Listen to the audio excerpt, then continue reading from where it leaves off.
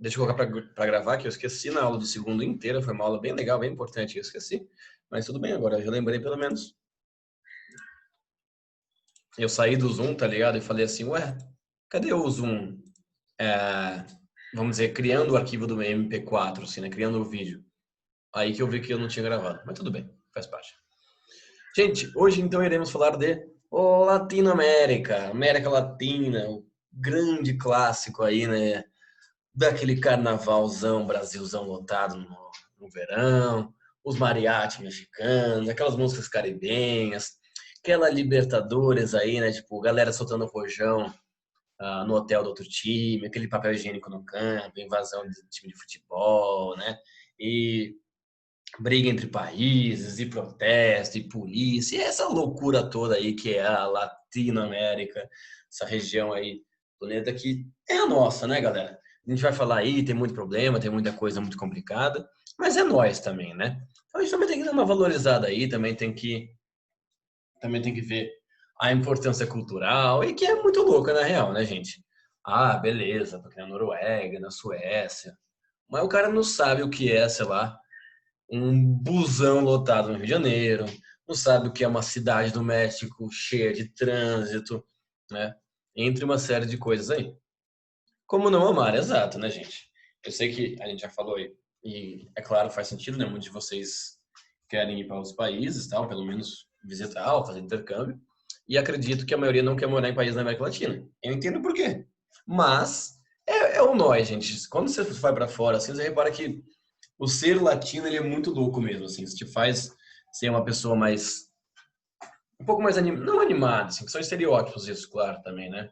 Mas te faz ser mais caloroso, te faz ser mais esperto assim na rua no sentido de, mano, europeu fica andando com um iPhone 10 tirando fotos do bagulho assim, você fica com o seu celular quebrado no bolso sem tipo, não, ninguém vai pegar, ninguém vai tipo, tá ligado? Com o dinheiro enfiado na cueca, essas coisas assim que quem mora na América Latina sabe como que é, né? De fato, é um povo de maneira geral mais acolhedor e tal, né? E a gente vai conversar então um pouquinho sobre esse subcontinente aí, então, um pouco hoje. É, lembrando, claro, de valorizar, assim, de fato, a cultura, a culinária e tudo mais. Inclusive, recomendar aí, não tem nada muito a ver tanto, mas tem uma série que chama Comidas de Rua e tem a temporada da América Latina, que tem Brasil, tem Argentina, tem México, tem Colômbia. E é bem legal, assim, bem interessante, você conhece um pouco sobre o país. É aquele tipo de programa que você assiste quando você não quer pensar em nada, sabe? Não é nem uma série, assim, é aquele, mano, você assiste, sei lá, organizando seu quarto, assim, sabe? Mas quem quiser, comida de rua, América Latina, conhecer um pouquinho mais sobre a cultura e tal. É importante que a gente valorize também, né? Porque tem muita coisa muito bacana. Tem muitos países muito legais de se conhecer, de se visitar. Os que eu tive a oportunidade de conhecer são realmente muito bacanas. Quer dizer, não, tirando o Paraguai, para ser sincero, galera, bem sincero mesmo, eu não gostei do Paraguai, mas enfim, também foi legal de conhecer aí. Não passei muito tempo, mas foi legal de conhecer também. Enfim, só para a gente se localizar na apostila, tá? A gente já finalizou a parte de geografia do Brasil, que foi a apostila 4. Agora a gente vai falar um pouquinho de aspectos mundiais e a gente vai finalizar isso que a apostila faz de passar por cada região. Então já falamos de Europa, de América Anglo-Saxônica, de Rússia. Vamos falar de América Latina hoje. Começar Ásia, África e aí avançar para problemas e temas importantes para dar tempo de finalizar tudo bonitinho antes do vestibular de vocês aí, antes do final do ano. Então hoje a gente fala da América Latina, lembrando que então é aquela subdivisão, né, do continente americano por questões socioeconômicas. Então, Estados Unidos e Canadá são os desenvolvidos, do México para o Sul. É essa zoeira toda, essa bagunça, essa coisa muito louca que é a América Latina, né? Então, é sobre eles que a gente vai falar hoje. Claro que não tanto do Brasil, né, galera? Porque a gente tem toda a frente do Brasil, mas entendendo que muitas coisas se encaixam com a gente também, né? E por que tem essa divisão, então, socioeconômica da América? Justamente, a gente começa a observar pelo modo de colonização, pelo modo de ocupação que teve a América. Não dá, claro, para justificar todos os problemas do Brasil e da América Latina apenas pela colonização. É ser, no mínimo, meio simplista e também tirar umas da reta, né? Tipo, somos subdesenvolvidos só por culpa dos portugueses, é isso, acabou, beleza, vamos acusar eles pelo resto da vida. Não. Também temos que observar nossos fatores, nossos problemas e uma série de questões aí, né? mas é um dos primórdios, aí é um dos princípios, né? E a América Latina como um todo, ela foi colônia de exploração, né?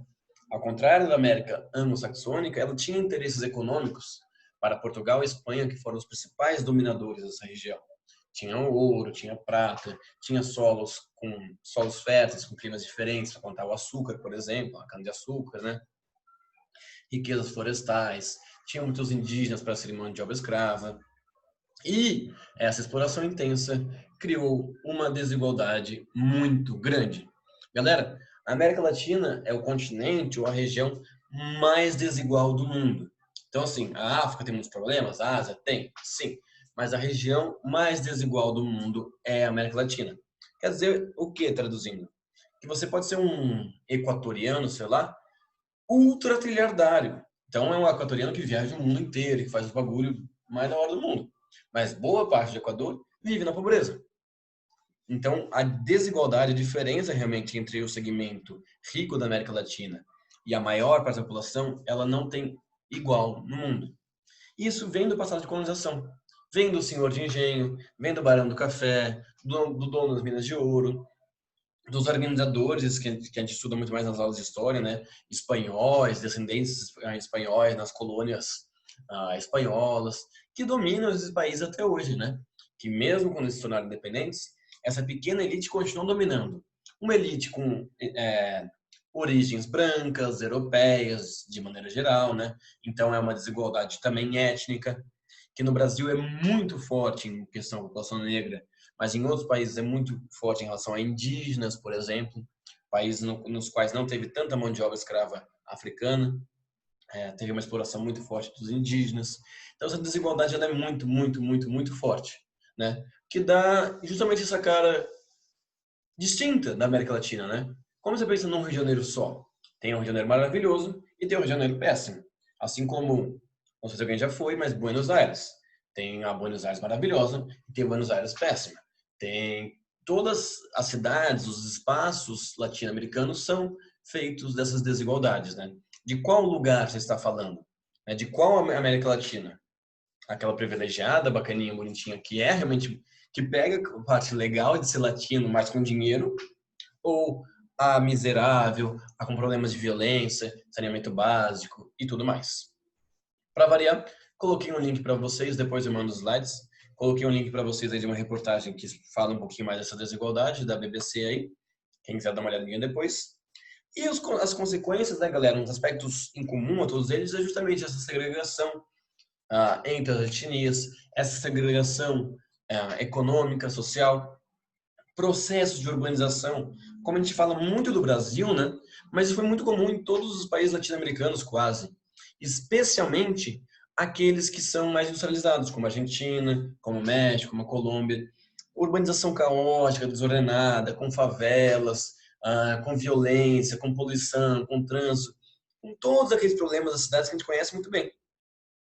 Você tem aí uma atuação estatal muito fraca, ou estados muito corruptos de maneira geral, e aí você tem democracias frágeis, todos os países já atravessaram ditaduras, golpes de estado, estão atravessando por ditaduras, ou no mínimo governos autoritários, autocráticos, como é o caso da Venezuela, por exemplo.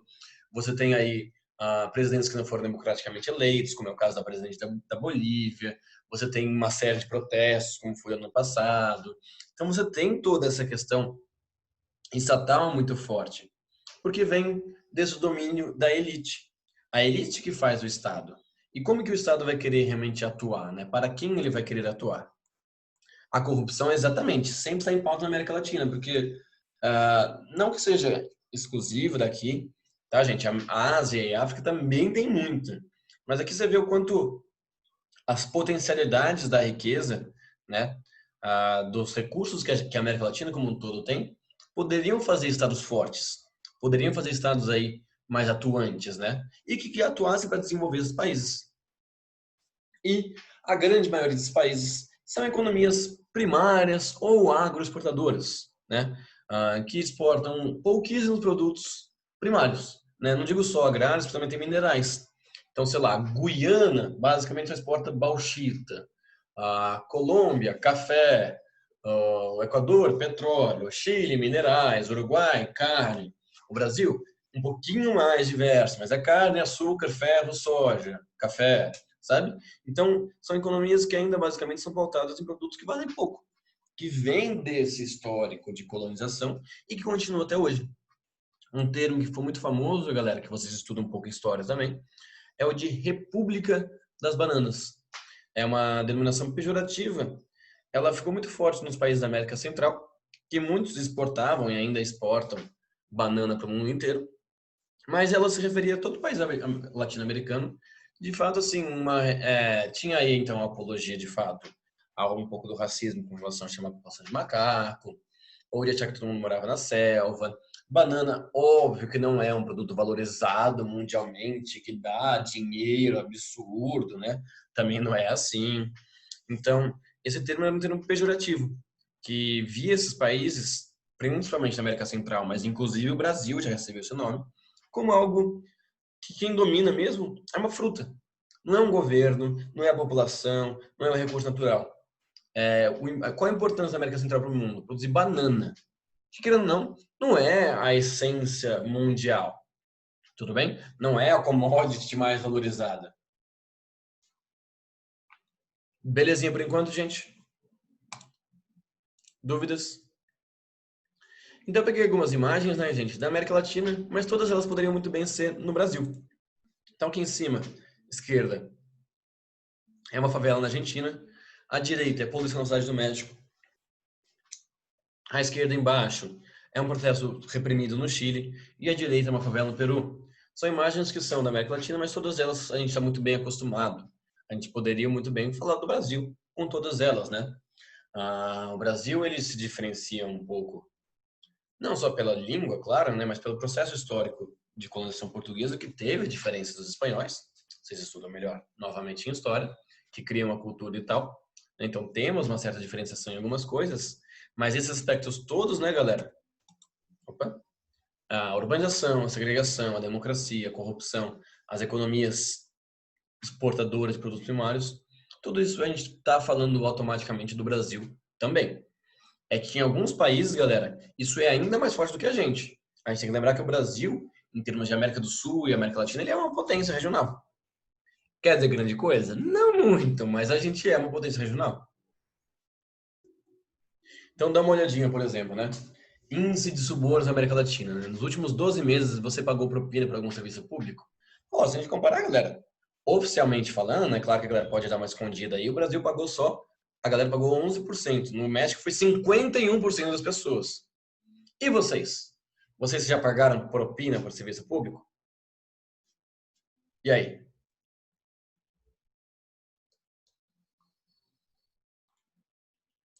Quem aí já deu aquela subornada num policial para passar na frente da fila do SUS? Quem subornou, sei lá. O que mais dá para subornar de legal? Subornou de repente um vereador para fazer um show, para ninguém, galera. Vocês não estão representando a tradição latino-americana de suborno? Cortar a fila da cantina, boa. Por Deus, exatamente, já tem que ter dinheiro para isso. Claro que às vezes o suborno da gente, dependendo do país, é uma coisa assim, tipo, baixa até, tá ligado? São países que assim, o policial te para, por nada, você dá, sei lá, 50 conto para ele, você passa. Já ouvi história nesse sentido, não só no Brasil, mas nesses outros países também, né? E aí, claro que o suborno vai elevando, elevando, elevando. Por exemplo, ano passado eu tava andando com a minha Ferrari aí, a uns 180 km por hora, tinha bebido aí uns whisky 12 anos com Red Bull e tal, e fui parado pela polícia. Aí tive que dar uns 10 milão pro policial para ele não me prender. Tive, né, gente? Porque sou uma pessoa pública aí, né? Imagina meus holofotes, imagina meus Instagrammers me seguindo, vendo isso. Não ia pegar bem pra minha imagem, né? Então desembolsei ali, né, uns 10 mil. Mas que é 10 mil também, né, gente? Troco de pinga também, né? Infelizmente, a gente sabe que isso acontece, né? Desde, claro, quem tem mais dinheiro, a gente sabe muitos casos disso, né? De galera que tem dinheiro e escapa da justiça, escapa de uma série de coisas, né? No mundo inteiro, infelizmente, né? Mas tem países, galera, inclusive um pouco o Brasil, em que a corrupção, né? Não só a corrupção em termos de propina, né? Mas o jeitinho brasileiro, né? ele é a regra. Então, de onde eu puder tirar vantagem, eu vou tirar vantagem, sabe? Isso é muito forte. Essa falta de respeito à instituição nacional, às instituições públicas, que nos países ela é muito mais executada. Isso contribui para a violência, contribui para o medo, para uma série de fatores aí. Aí a gente tem que lembrar, por exemplo, empresas brasileiras, como as construtoras, né, como a Odebrecht, são envolvidas em escândalos de corrupção com vários países, de financiar governos, de construir umas obras meio, no mínimo, polêmicas. Se elas fazem no Brasil, outros países que são até mais fragilizados, é mais fácil ainda de atuar. Tipo um Equador, por exemplo, uma Guatemala, e por aí vai.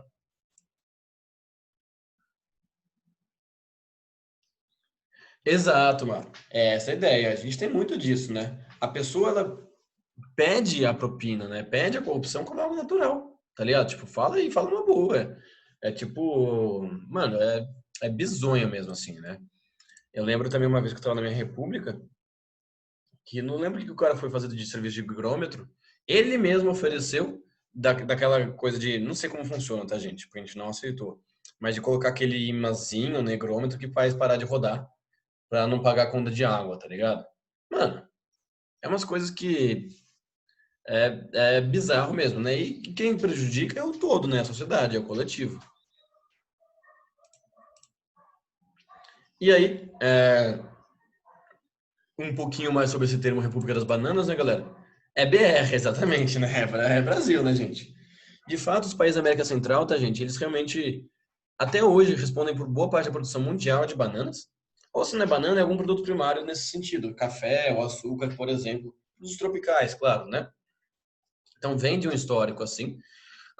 Vem de uma dominação estadunidense dessa região. Os Estados Unidos, desde que fica independente, né? Ele tem aquela postura de teoricamente boa vizinhança em relação aos países americanos, né? Aquele discurso da América para americanos e tal. Mas era uma postura de dominação. E especialmente na América Central foram empresas de frutas mesmo, de fato, para dominar e até hoje monopolizam esses países. Até hoje nós temos isso. O que é curioso observar que eles realmente, de fato, por exemplo, exportam uma banana verde, que aí quando chega no país ela já tá madura mesmo, de fato. Né? E aí, deixei então, para variar, um link que explica um pouquinho mais dessa história. Esse link, tá, galera? Ele é bem interessantezinho, é bem legal dar uma lida. Mas até um pouco por curiosidade dessa história da Repúblicas da Banana. Tá super interessante. Tá aqui em cima no slide para vocês. E queria deixar uma outra sugestão. Galera, eu sei que vocês estão cheios de coisa para fazer, vocês têm a leitura obrigatória vestibular, vocês têm um monte de coisa para ler, para ver, para estudar, e também tem a vida de vocês, obviamente, né? Mas quando vocês tiverem um dia mais de boa na vida de vocês, quando vocês passarem na faculdade e tal, se vocês puderem, galera, quem é de exatas, de biológicas, quem é de humanas, quem ah, gosta ou não desses assuntos, leiam esse livro, gente. Chama As Veias Abertas da América Latina, eu já devo ter comentado com vocês, do Eduardo Galeano, um uruguaio. E eu recomendo muito que todo latino-americano ele leia, galera, porque é um retrato muito fiel de como a gente se tornou o que a gente é hoje, e muito detalhado, muito rico e muito atual, mesmo sendo um livro da década de 60, se eu não me engano. Gente, é uma compreensão muito fundamental sobre tudo que nós somos. Claro que a gente já vivencia, a gente conhece isso, mas eu recomendo muito. Quem quiser, eu tenho ele em PDF, tá? Eu cobro R$19,90, não, tô brincando. Quem quiser, eu tenho em PDF, pode pedir para mim aí. Não precisa ler agora. Mas quem quiser ler um dia aí, eu recomendo fortemente mesmo, mesmo, mesmo, tá, galera? É muito bom. Não vou dizer que é um não é desses livros tipo Harry Potter, vamos dizer assim, né, com uma historinha, tá? É um pouquinho mais chatinho, mas vale a pena mesmo, mesmo, mesmo, mesmo. Demorou, Bia, eu te mando sim. Quem quiser me pede. Talvez só vou precisar do e-mail, talvez pelo tamanho do arquivo, não sei se pelo WhatsApp dá, mas aí depois eu mando por e-mail qualquer coisa. Fechou. My Bia. Recomendo aí. É aquela coisa também, né, galera? Vantagem de um livro como esse, você pode ler um capítulo, depois de um tempo você cansou, você lê outro. Não é aquela história sequencial e tal. Eu recomendo bastante, bastante mesmo aí. E aí, justamente aproveitando essa deixa do Galeano, né, que ele justamente analisa um bom histórico da América Latina, né? Então a gente já sabe bem. Foram colônias de exploração, foram explorados, foram dizimados, a escravidão, o extermínio indígena, aquele processo que infelizmente a gente conhece bem, né? A partir do século XIX, né, a maioria dos países vai se tornando independente politicamente, só que vai se subordinando economicamente muitos nem tanto para a Europa, mas para um novo país, uma nova potência que é surgindo, que é o caso dos Estados Unidos, como eu comentei com vocês. Aí, basicamente, a estrutura se mantém, né, de uma pequena elite dominante, que era articulada agora com os Estados Unidos, que é uma elite que domina os recursos do país, domina a população, para exportar produtos básicos, agrícolas. E isso durante muito tempo foi o caso do Brasil, inclusive, né? O Brasil, México, Argentina se diferenciam um pouco pela indústria. Tudo bem, mas esse histórico ele é muito parecido, né? Só que o mundo como um todo foi mudando, né, galera? Então, a partir do século XX aí, novas ideias foram surgindo. O socialismo estava muito em alta, as revoluções socialistas. A primeira revolução socialista do século XX foi no México, a Revolução Mexicana de 1910. O comunismo, ideais mais coletivos, o keynesianismo, que a gente já viu. Então, o mundo estava passando por uma série de mudanças, até também por governos autoritários, como o surgimento do nazifascismo. O começo do século XX foi uma suruba de ideologias, né? De esquerda, de direita, de centro, autoritárias, libertárias, e uma série de mudanças em muito pouco tempo, né? Isso influenciou muito a América Latina, né?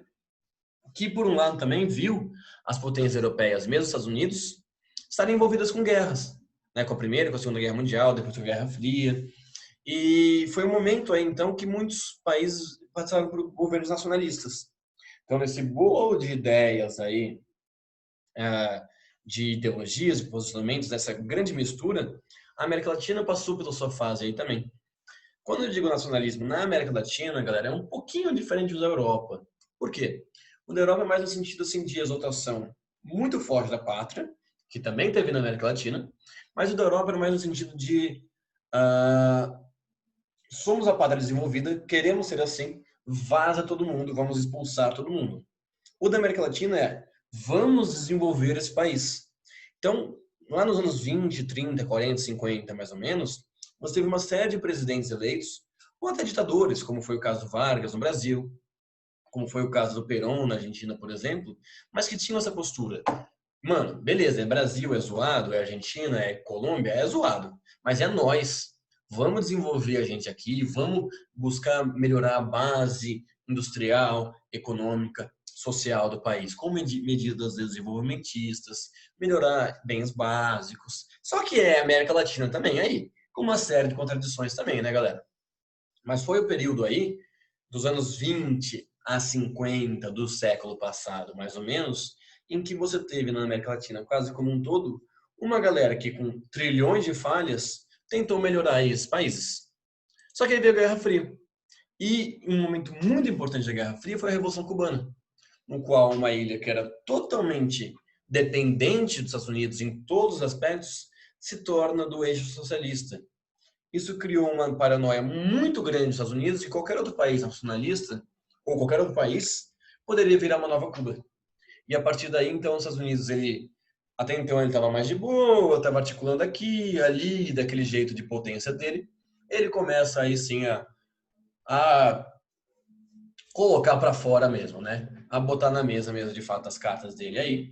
E ele começa, de fato, a apoiar uma série de ditaduras, apoiar uma série de golpes de Estado, a derrubar presidentes eleitos, como foi o caso do Chile, por exemplo, e a colocar ditaduras, algumas mais longas, como foi o caso da brasileira, que foi uma das mais longas, algumas mais curtas, mais sangrentas, como foi o caso da chilena. A chilena, galera, matou muita gente, que foi a ditadura do Pinochet, por exemplo, e todas essas ditaduras alinhadas politicamente aos Estados Unidos.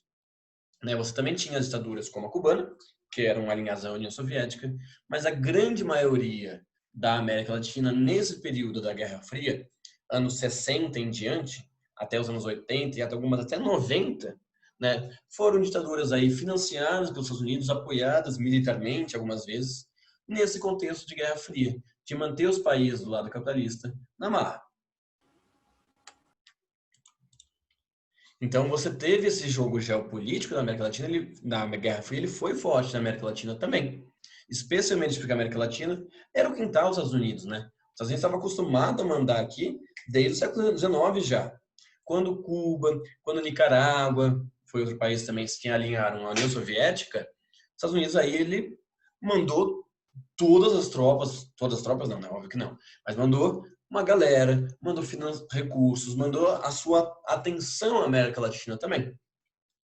E aí você tem uma articulação entre as ditaduras, como por exemplo na chamada Operação Condor, que foi uma união entre Argentina, Paraguai, Uruguai, Brasil e Chile, anticomunista, naquele discurso de Guerra Fria mesmo, de reprimir opositores, de reprimir ideais socialistas, ou qualquer pessoa que pensasse diferente do Estado, na real, poderia ser torturado, morto, exilado.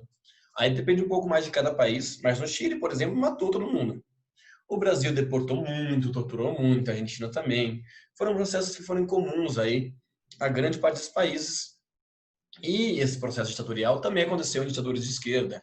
É válido falar também, né? Se a galera vai falar, ah, não, a Bruno tá só criticando as de direita. Não, eu critico, galera, qualquer ditadura, qualquer movimento antidemocrático que reprima liberdades individuais, que reprima a liberdade de expressão, de imprensa, de ir e vir. Tudo bem? Não é só a ditadura de direita o problema. A de esquerda também é problemática, com certeza também. E aí, quais são as consequências desse processo, né, gente? Quando elas saem dessa ditadura, né, quando o mundo está começando a acabar a Guerra Fria, esses países estão extremamente enfraquecidos. Porque eles pegaram uma grande quantidade de dinheiro emprestado do FMI, do Banco Mundial, dos Estados Unidos, das potências capitalistas nessa época, como foi o caso brasileiro, e eles estavam extremamente endividados. Estavam aí por processo de redemocratização, que são crises políticas, estavam aí com moedas desvalorizadas, seus produtos valiam pouco. Eles estavam, desculpa falar, mas fudidos. E aí qual que foi a solução? Qual que foi a saída? O neoliberalismo nos anos 90. Então, se a gente observar, galera, quem trouxe a crise mais dessa época foram as potências capitalistas, foi os Estados Unidos. Foi ele que contribuiu para essa dívida externa, para essas crises políticas, econômica, esse enfraquecimento da democracia. E aí quem vem com a solução é quem trouxe o problema. Então ele vende o problema e vende a solução, que é o neoliberalismo, que era a abertura econômica, que era diminuir o Estado, que era abrir a sua economia para as empresas estrangeiras, o seu mercado, e foi um processo que foi também praticamente em todos os países da América Latina, como no Brasil, por exemplo, né? Só que como essa é uma região muito, como eu posso falar, com uma convulsão muito grande, né, muito bagunçada, você tem uma reação a isso que nos anos 2000 você tem a chamada guinada à esquerda. E aí você vai vendo, galera, que década a década tem uma solução. Então, o neoliberalismo foi a solução nos anos 90. Antes tinha sido a ditadura. Anos 2000, viu que não deu certo no neoliberalismo? Vamos ser um pouquinho mais nacionalistas de novo. Vamos ser um pouquinho menos neoliberal. Vamos ser um pouquinho mais de esquerda. E aí você tem uma série de governos de esquerda sendo eleitos na América Latina quase como um todo também. O que foi o caso do Brasil. Com todas as suas falhas, com todas as suas questões, inclusive ideológicas também. Que no caso do Brasil foi o exemplo do PT, com todos os problemas que ele teve também. E justamente por esses problemas também da esquerda, galera, que não trouxeram todas as soluções que a galera quis, a partir da década de 2010, você tem uma retomada do conservadorismo. Então, se a gente pega no caso brasileiro, por exemplo, a partir de 2013, a galera vai nas ruas para protestar porque viu que continuava com problemas de violência, de desigualdade, de serviços públicos ineficientes, de pobreza e tudo mais, mesmo com a esquerda. Então, a esquerda pode ter avançado em muitas questões, mas a América Latina continuou sendo um lugar desigual, continuou sendo um lugar ainda com uma série de problemas. E aí a solução vendida hoje em dia, que está na moda no mundo inteiro, é o conservadorismo. É o discurso de ódio, é o inimigo externo, aí já é um pouco mais para a direita, na grande maioria dos países aí. Então você tem esses ciclos a gente observar, né? As soluções, elas são reinventadas, porque a galera falando da década de 2000, por exemplo, da esquerda, é uma solução do começo do século passado, do nacionalismo, por exemplo. O discurso conservador também é uma solução de séculos anteriores, né? Então a galera vai retomando práticas antigas e falar com que agora vai dar certo. Com aquela figura hoje em dia, ou histórica na América Latina, né, galera? Vamos pegar dois líderes grandes do Brasil do século XXI, né? Grandes no sentido de polêmicos, emblemáticos. O Lula e o Bolsonaro, em extremos diferentes, teoricamente ideológicos, né? Mas são líderes que fazem práticas parecidas do populismo, do discurso fácil, do convencimento das massas, né? É uma prática que dá certo na América Latina, historicamente. Né? O domínio dessa população nesse sentido, o afastamento do Estado à população, independente da ideologia. Tudo bem? Então, o neoliberalismo, né, galera, ele veio aí com um chamado consenso de Washington. Foi uma série de coisas que os países deveriam fazer para ficar bonitinho aí com as dívidas e tudo mais, né? Só que isso teve uma série de consequências. O Chile, por exemplo, galera, ele é visto como um exemplo neoliberal na América Latina, porque ele é o país com melhores condições sociais da América Latina. Só que isso esconde, gente, uma série de questões. Por exemplo, o Chile não tem aposentadoria pública. No Chile, só se aposenta de maneira privada, você pagando pela aposentadoria para agências privadas. Só que como boa agência privada, elas querem o quê? O lucro. E aí, o que elas fizeram? Elas reduziram a enorme parte das aposentadorias aí. O Chile é o país com a maior taxa de suicídio entre os idosos do mundo, galera. Porque a galera trabalha a vida inteira, paga bonitinho, mês a mês, a aposentadoria privada, quando chega lá, não ganha nada. E vai viver como? Então, o neoliberalismo, galera, na América Latina, ele foi muito complicado. E por isso você teve aí um movimento de esquerda muito forte, no começo dos anos 2000, que foi durando um tempo, e isso foi se modificando. Olha como o mapa ele vai mudando, né, ao longo da década de 2010, né? Alguns países como a Argentina foi e voltou, porque a Argentina, como a gente já viu, está bem complicada aí. Outros, como o Brasil, a Bolívia, o Uruguai, que foram países que ficaram um bom tempo com governos mais ou menos de esquerda, vamos dizer assim, né? Eles passaram aí por um momento de uma mudada para a direita e de fato. A gente tem que olhar a América Latina, galera, como esse cenário sempre de convulsão, sempre de agitação. E os protestos do ano passado, que a gente vai falar bastante na aula de atualidades, são um grande exemplo disso. Tem muita coisa na América Latina, Bolívia, Argentina, Venezuela, que a gente fala muito em atualidades, né? Porque são coisas que estão acontecendo no dia a dia, né? E essa questão ideológica, política, ela entra muito forte nisso também. Belezinha, gente? Galera, tem um finalzinho sobre países só, que semana que vem eu falo, mas é bem rapidinho, porque a gente também não tem tempo, claro, para ver esse país sobre país. Já vai dar para fazer a lista de exercícios. Eu mando para vocês no grupo lá do WhatsApp, assim como os slides também, e estará tudo na plataforma também bonitinho. Belezinha? Alguma dúvida final? O Zoom provavelmente vai me cortar muito em breve. Desculpa correr no finalzinho para variar, tá, gente? Para variar você cortado aí. Mas então fica marcado para semana que vem a reunião. Vou mandar o livro para quem pediu. A lista bonita.